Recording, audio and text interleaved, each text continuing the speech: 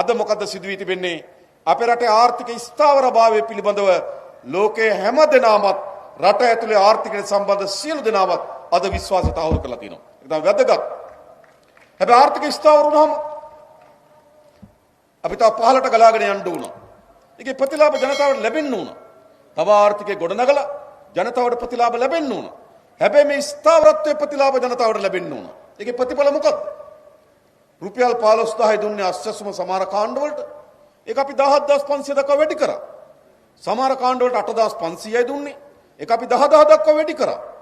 සියලු විශ්‍රාමිකයන්ගේ දීමනාව රුපියල් 3000කින් වැඩි කරා. ඒ විතරක් නෙමෙයි 2020ට පෙර විශ්‍රාම ගියපු සියලු දෙනාගේ විශ්‍රාම වැටුප් 2020ට ගලපනවා. හොඳ විශ්‍රාමික සුවයක් වෙනුවෙන් අපි තීන්දුව අරන් තියෙනවා. ඒ විතරක් නෙමෙයි රාජ්‍ය සේවකගේ මූලික වැටුප මෑත ඉතිහාසයේ කනද වැඩිම වැටුප් වැඩිවීමකින් අපි මූලික වැටුප් වැඩි කරලා තියෙනවා. ඒ මූලික වැටුප් වැඩි කිරීමට මේ අවුරුද්ද විතරක් අපිට කෝටි 11000ක් වැය වෙනවා. ඊළඟ අධ්‍යයන වැඩි කරන්න ලබන ජනවාරි වල ඉඳන් තව කෝටි 11000ක් වැය වෙනවා. 2027 ජනවාරි වල තව කෝටි 11000ක් වැඩි වෙනවා. ඉතින් රාජ්‍ය සේවක වැටුප රුපියල් කෝටි 33000කින් වැඩි කරලා තියෙනවා. සමහර අපෙන් ප්‍රශ්න කරනවා ආර්ථිකය මෙච්චර කඩා වැටෙද්දි කොහොමද ඒවා කරන්නේ කියලා. ඒවා කරන්න වෙන මොකවත් නෙවෙයි. මහජනයාගේ හැම සතයක්ම පරිස්සම් කරලා යොදවන්න ඕන එතනට නිවැරදි පරිදි යොදවන ප්‍රතිපත්තිය නිසා.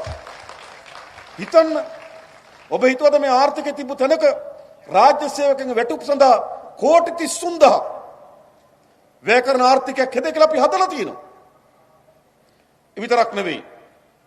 අපි බැලුවා ආර්ථිකය කඩා වැටීම හේතු කොටගෙන පාසල් යන දුවදරුවන් සංඛ්‍යාවක් හිටියා. දෙමව්පියන්ගේ ආර්ථිකය කඩා වැටලා පාසල් පොත් සහ උපකරණ මිලදී ගන්න විදිහක් නෑ.